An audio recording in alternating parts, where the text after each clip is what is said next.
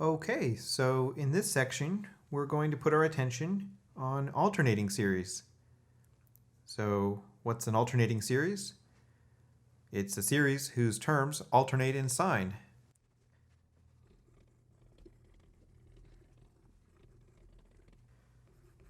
So a great example would be something like this. So this -1 to the n-1 clearly is the giveaway that this is going to alternate in sign. And the terms in this case would be 1 minus 1/2 plus 1/3 minus 1/4 plus 1/5, etc. This sort of looks like the harmonic series, except that it's not because it's got alternating signs. And unlike the harmonic series, this particular series is actually convergent. So an alternating version of a series can have the same or different behavior from the absolute version of the series. We often write the form of an alternating series as follows. So we keep the -1 to the n part separate, and everything else we just call Bn. So, or if we have to offset the negative, as we did in the example above, then -1 to the n-1, but again, all the other stuff being Bn. So in the example above, we would call Bn the 1 over n. All right, so the integral test and the comparison tests that we've seen so far, they do not apply to alternating series because you may have noticed that all the statements of those tests require the terms to be positive, and that's not the case with alternating series. Half of the terms are negative. So that's no problem because not only do alternating series get their own test, but it's really straightforward to carry out. Okay, so what would you think we should call a test that tests alternating series? Yeah, I think that's a pretty good name. So, how does this work? Well, first we'll describe the test, and then we'll give some justification as to why this makes sense. So let's suppose we have an alternating series. And as usual, we are going to decree that our Bn is greater than or equal to 0. So we check two things. First, if Bn is decreasing, and the other condition is if the limit as n approaches infinity of Bn is equal to 0, then the series is convergent. So to carry out the alternating series test, all we have to do is extract the Bn, show that it's decreasing, and show that the limit of the Bn equals 0, and that's enough to establish the convergence of the series. In fact, looking at the example above, we can kind of run the alternating series test here in our head, because 1 over n, that would be our Bn, right? Now, as a sequence, the 1 over n's are decreasing, right? 1, 1/2, 1/3, 1/4, 1/5. Those are decreasing terms.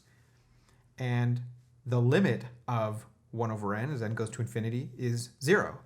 So that is enough to establish that this here is a convergent series. Okay, so the alternating series test, or AST, is very short to carry out. Now before we go into specific examples, let's sort of justify why this makes sense, why this test is valid. And the way we're going to do that is by drawing a real number line. And we're going to track the partial sum of a generic alternating series. So initially, before we've added any terms of the series, we are at 0 for our partial sum. But let's suppose that we now add the first term, which is B1. So in particular, the series is this guy. So we'll say this is B1 minus B2 plus B3 minus B4 plus B5, etc. Remember, all the B1s, B2s, B3s, those are all positive. So B1 is positive. So as soon as we've added our B1, we're going to have a current total here of exactly B1. Okay, The next partial sum is found by subtracting b2 from b1. Okay, now b2 is also positive, and b2 is smaller than b1 because the bn are decreasing, which means that if we're subtracting a positive and it's smaller than b1, we are going to jump a smaller amount this way. So we've subtracted b2, and so this is now b1 minus b2. Okay, now we're adding b3, and again, because the bn's are decreasing, b3's jump is going to be smaller than what b2's jump was, and we're also jumping to the right again. So now we're jumping, and it's a smaller amount than we just jumped a minute ago. So this is now b1 minus b2 plus b3. And we're subtracting b4. And again, by the same reasoning, it's a smaller jump than we just jumped, and it's going to be to the other direction, so to the left. So b4 will get us over here. There's our current partial sum. Then we're adding b5, so it's smaller. And the jumps themselves are approaching 0 because the jumps are the amount bn, and bn approaches 0 as we take the limit, which means that we're going to be jumping back and forth, and eventually there's no way this series can diverge. We're obviously going to land somewhere and really not be jumping from that spot because of the conditions imposed by the alternating series test. So we would just sort of say that the series converges, and the sum of the series would be whatever that sort of spot is that we end up with. And this would be the justification for the alternating series test establishing convergence. Incidentally, if this limit ever works out to not equaling 0, then you can conclude right away that the series is divergent simply by having inadvertently executed the divergence test. Okay, so let's go into some examples. All right, so let's test the series for convergence or divergence. Incidentally, we sometimes see this asked in various ways, and they all basically mean the same thing. Sometimes the question is investigate the series. Sometimes the question is determine whether the series is convergent or divergent. Sometimes it's exactly what we have here. So they all basically mean the same thing, which is apply some sort of test and draw a conclusion on the behavior of the series. And of course, the most important thing is articulate all your reasoning and throughout the process. Okay, so we ought to recognize right away that this is an alternating series, which puts us right in the box of maybe considering the alternating series test, of course. So yeah, I say we do that, and we need to extract our bn. So the bn is basically everything that's not the -1 to stuff. So that would be, in this case, 1 over radical n plus 1. If you want a mechanical way of obtaining bn, it's simply the absolute value of the term.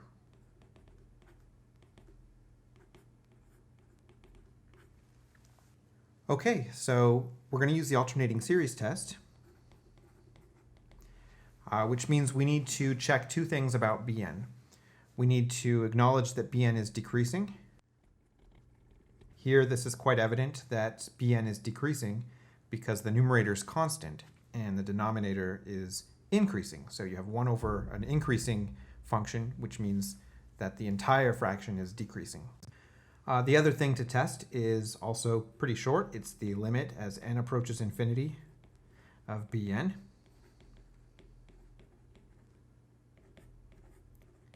And this limit, no work to show. It equals 0.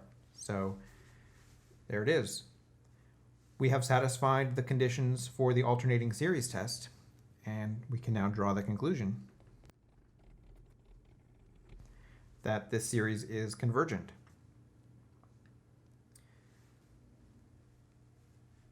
All right, so here we have an alternating series, and of course we want to see whether the series is convergent or divergent.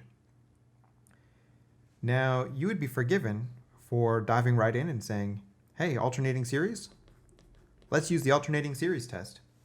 Except the alternating series test isn't really going to work the way we want it to. Namely, the BNs, and let's extract our BN as though we were going to do the alternating series test. So that would, of course, be this guy right here. The BNs are not decreasing. So that alone annuls the use of the alternating series test. They're actually increasing. Right, just let n equal 1 for a second. If you let n equal 1, you would have 1 squared over 1 squared plus 3, so that's 1/4. So b1 is 1/4. But now if you let n equal 100, you'll get 100 squared, which is 10,000, divided by 100 squared plus 3, so that's 10,003. And this quantity is almost 1, right? It's much bigger than 1/4. So the BNs are not decreasing. They're actually increasing a little bit. So yeah, that invalidates any attempt to use the alternating series test. But even in a similar circumstance where, for whatever reason, we could show that BN were decreasing and get past that hurdle, what is the limit of the BNs, right? That would be the next thing that we would work out. And in this case, we're going to get a limit of 1, right? That's a purely algebraic limit. So we just compare the degree of the numerator, degree of the denominator, and they match. So this is going to be 1/1, which is 1. Okay, so again, that technically is inconclusive. Technically, it means the alternating series test fails here. But this is really no trouble at all. If you ever run into this particular type of problem when working out alternating series test, just stop what you're doing and run the test for divergence, which is one of the first tests that we learned in section 11.2.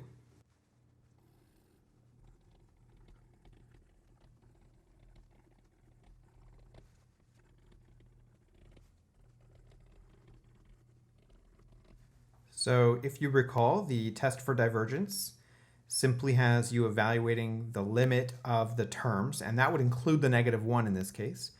And if you get any result besides the limit existing and equaling 0, then you get to immediately conclude that the series is divergent. So it's a very powerful test and easy to carry out. The problem is it rarely actually applies, but it does apply in these cases where the alternating series test falters. So that's very convenient. So notice we're using an here because we're referring to the entire term, not just the absolute value or the positive version of the series. Okay, so we're taking this limit here, and it would be wrong to say, well, this factor here goes to 1, therefore the limit approaches plus or minus 1. That doesn't make any sense.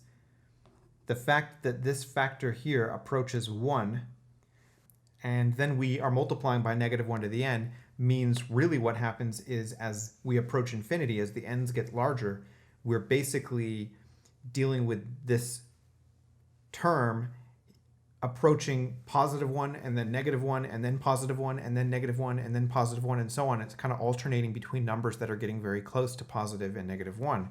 So in reality, we just have to say that this limit does not exist.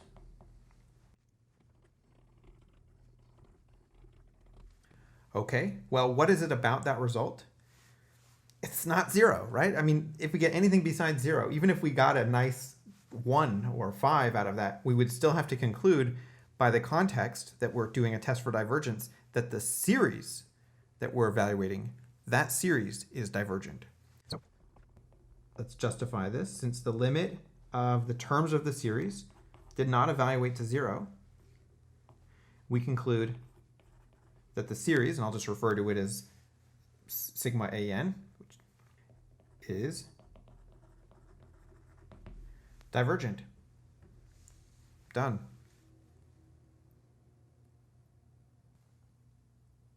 All right, so what about this particular series? This one doesn't even look like it's an alternating series at first glance. But it is.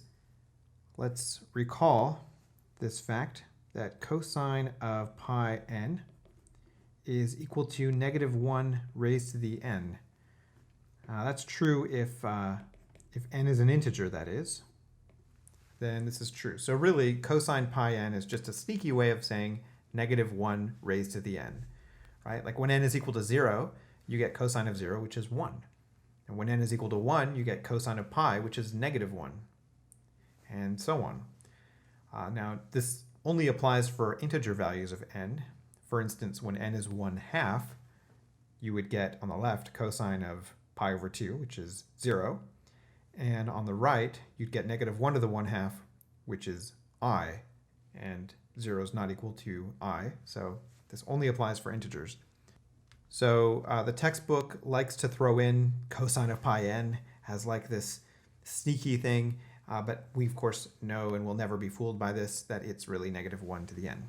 So why don't we just rewrite this right now as -1 to the n over 2n, and we can clearly see, yes, this is an alternating series, and we know what to do. Let's use the alternating series test.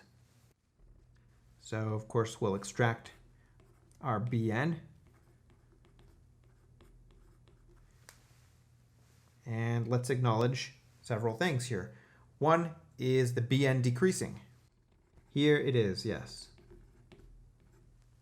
The other thing, of course, we need to check is the limit as n approaches infinity of Bn. So the form of this particular limit, of course, we can see is infinity over infinity. And probably the best way to approach this is by using L'Hopital's rule. But as with sequences, we cannot just use L'Hopital's rule directly on the discrete terms of a series. So in order to use L'Hopital's rule, we're going to have to construct a related differentiable function. And we're going to calculate this limit, which is basically side work. Of course, the form of this limit is infinity over infinity, no surprise. So, however, we can now use L'Hopital's rule, and we get 1 in the numerator and then 2 to the x ln 2, derivative of 2 to the x, in the denominator. And this limit, of course, has the form 1 over infinity, which is 0. The conclusion here is that the limit of n over 2 to the n must also equal 0. Well, great. That's the last condition necessary to establish convergence from the alternating series test. So we get to say that the series is convergent.